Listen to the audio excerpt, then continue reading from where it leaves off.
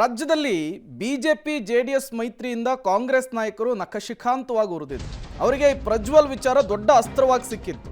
ಪ್ರಜ್ವಲ್ ಎಲ್ಲಿದ್ದೀಯಪ್ಪ ಅಂತೇಳಿ ಪದೇ ಪದೇ ಪ್ರಶ್ನೆ ಮಾಡ್ತಿದ್ರು. ಈಗ ಇದೇ ವಿಡಿಯೋ ವಿಚಾರವಾಗಿ ಮತ್ತೆ ಮುಗಿಬೀಳೋದಕ್ಕೆ ಕಾಂಗ್ರೆಸ್ ಪ್ಲಾನ್ ಮಾಡ್ಕೊಳ್ತಾ ಇದೆ. ಕಾಂಗ್ರೆಸ್ಗೆ ಈಗ ಪ್ರಜ್ವಲ್ ವಾಪಸ್ ಆಗುವಂತಹ ಸಂದೇಶ ಸಿಗ್ತಾ ಇದ್ದ ಹಾಗೆ ಅಲರ್ಟ್ ಆಗಿರುವಂಥದ್ದು. ಪ್ರಜ್ವಲ್ ಹೇಳಿಕೆಯ ಮೇಲೆ ವಿಚಾರಣೆ ಯಾರ ಕಡೆಗೆ ಬೇಕಾದರೂ ಕೂಡ ತಿರುಗಬಹುದು. ಪೆನ್ಡ್ರೈವ್ ಬಹಿರಂಗದ ಆರೋಪದ ಕಾಂಗ್ರೆಸ್ ಕಡೆ ಬಂದಿದ್ರಿಂದ ಇನ್ನಷ್ಟು ಆರೋಪ ಮುನ್ನೆಲೆಗೆ ಬರಬಹುದು. ಪ್ರಜ್ವಲ್ ಬರುವಂತಹ ಸೂಚನೆ ಸಿಕ್ತಿದ್ದಂತೆ ಕೈಪಾಳೆಯ ಫುಲ್ ಅಲರ್ಟ್ ಆಗಿದೆ. ಪ್ರಜ್ವಲ್ ಹೇಳಿಕೆಯ ಮೇಲೆ ಮತ್ತೆ ತಂತ್ರಗಾರಿಕೆಯನ್ನು ರೂಪಿಸಬೇಕಾದಂತಹ ಅನಿವಾರ್ಯತೆ ಸೃಷ್ಟಿಯಾಗಿದೆ. ಒಂದು ಕಡೆ ಪ್ರಜ್ವಲ್ ಮಾಡಿರೋದು ತಪ್ಪು, ಅದನ್ನ ಈಗಾಗಲೇ ಕಾಂಗ್ರೆಸ್ ಅಸ್ತ್ರವಾಗಿ ಬಳಸ್ಕೊಳ್ತಾ ಇದೆ. ಬಟ್ ಪೆನ್ಡ್ರೈವ್ ಹಂಚಿಕೆ ವಿಚಾರದಲ್ಲಿ ಕಾಂಗ್ರೆಸ್ ನಾಯಕರುಗಳ ಹೆಸರು ಮುನ್ನೆಲೆಗೆ ಬರ್ತಾ ಇದೆ. ಸಹಜವಾಗಿಯೇ ಈಗ ದೇಶಕ್ಕೆ ವಾಪಸ್ಸಾಗಿ ಪ್ರಜ್ವಲ್ ರೇವಣ್ಣ ಯಾವ ರೀತಿಯ ಹೇಳಿಕೆ ಕೊಡ್ತಾರೆ, ಅದು ಈ ಪ್ರಕರಣದಲ್ಲಿ ಮತ್ತಷ್ಟು ರಾಜಕೀಯ ಕೆಸರೆರ ಚಾಟಕ್ಕೆ ವೇದಿಕೆ ಆಗುವಂತಹ ಸಾಧ್ಯತೆಗಳು ಕೂಡ ಇದೆ. ಮತ್ತಷ್ಟು ಡೀಟೇಲ್ಸ್ ಅನ್ನು ಕೊಡ್ತಾರೆ. ಇದೇ ವಿಚಾರಕ್ಕೆ ಸಂಬಂಧಪಟ್ಟಂತೆ ನಮ್ಮ ಪ್ರತಿನಿಧಿ ಸುಕೇಶ್ ನೇರ ಸಂಪರ್ಕದಲ್ಲಿ ಜಾಯ್ನ್ ಆಗಿದ್ದಾರೆ. ಸುಕೇಶ್, ಈಗಾಗಲೇ ಪ್ರಜ್ವಲ್ ವಿಚಾರಕ್ಕೆ ರಾಜಕೀಯ ಕೆಸರೆರ ಚಾಟ ಜೋರಾಗ್ತಾ ಇದೆ. ಪ್ರಜ್ವಲ್ ದೇಶಕ್ಕೆ ವಾಪಸ್ ಆಗಿದ್ದೇ ಆಗಿದ್ರೆ ಅವ್ರು ಹೇಳಿದ ಟೈಮ್ಗೆ, ಬಟ್ ಈ ರಾಜಕೀಯ ಕೆಸರೆರ ಚಾಟ, ಆರೋಪ ಪ್ರತ್ಯಾರೋಪ ಮತ್ತಷ್ಟು ಜಾಸ್ತಿ ಆಗಬಹುದಾ ಅಂತ? ಖಂಡಿತ ಪ್ರೇಮ್, ಯಾಕಂದರೆ ಪ್ರಜ್ವಲ್ ದೇಶದಲ್ಲಿ ಇಲ್ಲದೇ ಇದ್ದಾಗಲೂ ಕೂಡ ಒಂದು ಹಂತದಲ್ಲಿ ಪೆನ್ ಡ್ರೈವನ್ನು ಯಾರು ಬಿಡುಗಡೆ ಮಾಡಿದ್ರು ಅನ್ನುವಂಥ ವಿಚಾರದಲ್ಲಿ ಕಾಂಗ್ರೆಸ್ ನಾಯಕರುಗಳ ಕಡೆ ಕೈ ತೋರಿಸಿದ್ರು ಜೆ.ಡಿ.ಎಸ್ ನಾಯಕರುಗಳು. ಅನಂತರ ಮೈತ್ರಿ ನಾಯಕರುಗಳು ಇದನ್ನು ನಿರಂತರವಾಗಿ ಆರೋಪ ಕೂಡ ಮಾಡಿದರು. ಈಗ ಪ್ರಜ್ವಲ್ ಬಂದ ನಂತರದಲ್ಲಿ ಏನೆಲ್ಲ ವಿಚಾರಣೆ ವೇಳೆಯಲ್ಲಿ ಅವರಿಗಿರುವಂಥ ಯಾವ್ಯಾವ ಮಾಹಿತಿಗಳನ್ನ ಹಂಚ್ಕೊಳ್ತಾರೆ ಅನ್ನೋದ್ರ ಮೇಲೆ ಬಹುಶಃ ಕಾಂಗ್ರೆಸ್ಸು ಅದನ್ನು ಹೇಗೆ ಕೌಂಟರ್ ಮಾಡಬೇಕು ಅನ್ನೋಂಥದ್ದು ಕೂಡ ನಿರ್ಧಾರ ಮಾಡಬೇಕಾಗುತ್ತೆ. ಕಾರಣ ಏನು ಅಂದರೆ, ಸಹಜವಾಗಿ ರಾಜಕೀಯ ಪ್ರೇರಿತವಾಗಿದೆ, ಪಿತೂರಿ ಆಗಿದೆ ಅನ್ನುವಂಥ ಆರೋಪವನ್ನು ಈಗಾಗಲೇ ಪ್ರಜ್ವಲ್ ಅವರು ಕೂಡ ಮಾಡಿರೋದ್ರಿಂದ SIT ಮುಂದಿನ ಅವರ ಹೇಳಿಕೆ ಅಥವಾ ವಿಚಾರಣೆ ಸಂದರ್ಭದಲ್ಲಿನ ಅವರ ಹೇಳಿಕೆಗಳು ಇವೆಲ್ಲವೂ ಕೂಡ ಮತ್ತೆ ಕಾಂಗ್ರೆಸ್ ಹತ್ರ ಬೊಟ್ಟು ಮಾಡಿದ್ರೆ ಕಾಂಗ್ರೆಸ್ ಅದನ್ನು ಡಿಫೆಂಡ್ ಮಾಡ್ಕೊಳ್ಬೇಕಾಗುತ್ತೆ ಅಥವಾ ತಮ್ಮ ಪಾತ್ರ ಇಲ್ಲ ಅನ್ನೋದನ್ನು ಸಾಬೀತು ಮಾಡಲಿಕ್ಕೆ ಮುಂದಾಗಬೇಕಾಗುತ್ತೆ. ಒಂದು ಹಂತದಲ್ಲಿ ರಾಜಕೀಯವಾಗಿ ಮತ್ತಷ್ಟು ಆರೋಪ ಪ್ರತ್ಯಾರೋಪಗಳ ಕೆಸರೆರಚಾಟಕ್ಕೆ ಇದು ಮತ್ತಷ್ಟು ವೇದಿಕೆ ಆಗುವಂಥ ಸಾಧ್ಯತೆ ಇದೆ. ಹಾಗಾಗಿ ಪ್ರಜ್ವಲ್ ಬರ್ತಾರೆ ಅನ್ನುವಂಥದ್ದು ಸಮಯ ನಿಗದಿ ಆಗ್ತಾ ಇರುವಂತೆ ಕಾಂಗ್ರೆಸ್ ಕೂಡ ಹೈ ಅಲರ್ಟ್ ಆಗಬೇಕಾದಂಥ ಅನಿವಾರ್ಯತೆಗೆ ಸಿಲುಕಂತೆ ಕಾಣಿಸ್ತಾ ಇದೆ. ಯಾಕಂದರೆ ಬರಬಹುದಾದಂಥ ರಾಜಕೀಯ ಆರೋಪಗಳಿರ್ಬೋದು ಅಥವಾ ಪ್ರಜ್ವಲ್ ಮಾಡಬಹುದಾದ ಆರೋಪಗಳಿರ್ಬೋದು, ಅವೆಲ್ಲವನ್ನು ಕೂಡ ಎದುರಿಸಬೇಕಾದಂಥ ಅನಿವಾರ್ಯತೆಗೆ ಕಾಂಗ್ರೆಸ್ ಕೂಡ ಸಿಲುಕದಂತೆ ಕಾಣಿಸ್ತಾ ಇದೆ. Prem, okay, thank you Sukesh ತಮ್ಮೆಲ್ಲ ಮಾಹಿತಿಗಾಗಿ.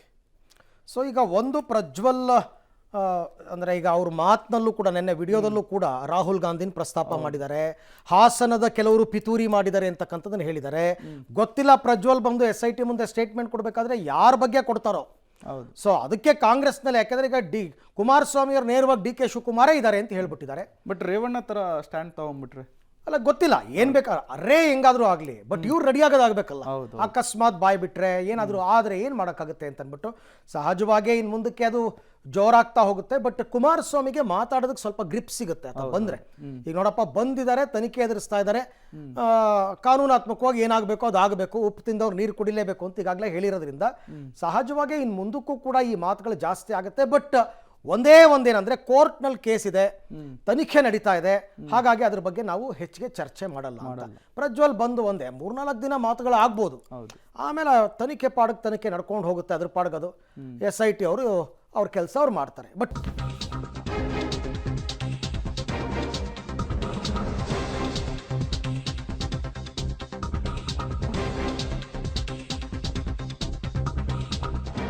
ಪ್ರಜ್ವಲ್ ಬರ್ತಾ ಇದ್ದ ಹಾಗೆ ಮೊದಲು ಮಾಡೋ ಕೆಲಸನೇ ಮೊಬೈಲನ್ನು ಸೀಸ್ ಮಾಡ್ತಾರೆ SIT ಅವರು.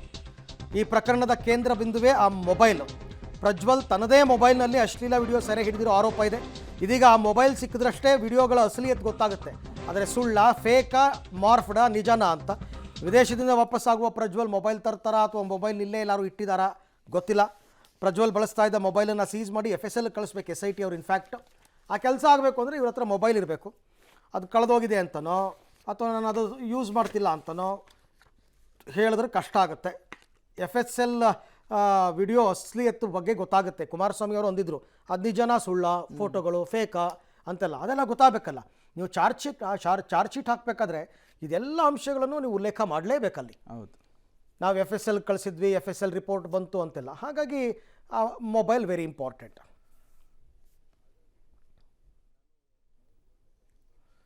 ನಿನ್ನೆ ಸಂಜೆ 4 ಗಂಟೆಗೆ ಪ್ರಜ್ವಲ್ ರೇವಣ್ಣ ವಿಡಿಯೋ ಒಂದನ್ನು ಹರಿಬಿಡ್ತಾರೆ. ಅದರಲ್ಲಿ ಕಾಂಗ್ರೆಸ್ ನಾಯಕರ ವಿರುದ್ಧ ಗಂಭೀರ ಆರೋಪವನ್ನು ಮಾಡ್ತಾರೆ. ನನ್ನ ಮೇಲೆ ಕಾಂಗ್ರೆಸ್ ಪಿತೂರಿ ಮಾಡಿದೆ, ರಾಹುಲ್ ಗಾಂಧಿ ಸೇರಿದಂತೆ ಕಾಂಗ್ರೆಸ್ ನಾಯಕರಿಂದ ನನ್ನ ಬಗ್ಗೆ ಅಪಪ್ರಚಾರ ಆಗಿದೆ ಅನ್ನುವಂತಹ ಆರೋಪ. ಪ್ರಜ್ವಲ್ ಆರೋಪದ ಅಸಲಿಯತ್ತೇನು ಹಾಗಾದ್ರೆ? ಹಾಸನದ ಶಕ್ತಿಗಳ ಪಿತೂರಿ ಅಂದಿದ್ದು ಯಾರಿಗೆ? ಹಾಸನದ ಕಾಂಗ್ರೆಸ್ ಮುಖಂಡರ, ಬಿಜೆಪಿ ಮುಖಂಡರ? ಷಡ್ಯಂತ್ರದ ಹಿಂದೆ ಯಾರಿದ್ದಾರೆ ಅಂತ ಹೇಳಿ ಬಹಿರಂಗ ಮಾಡ್ತಾರ ಪ್ರಜ್ವಲ್? ಅದು ಈಗಿರುವಂತಹ ಪ್ರಶ್ನೆ. ನಮಸ್ಕಾರ.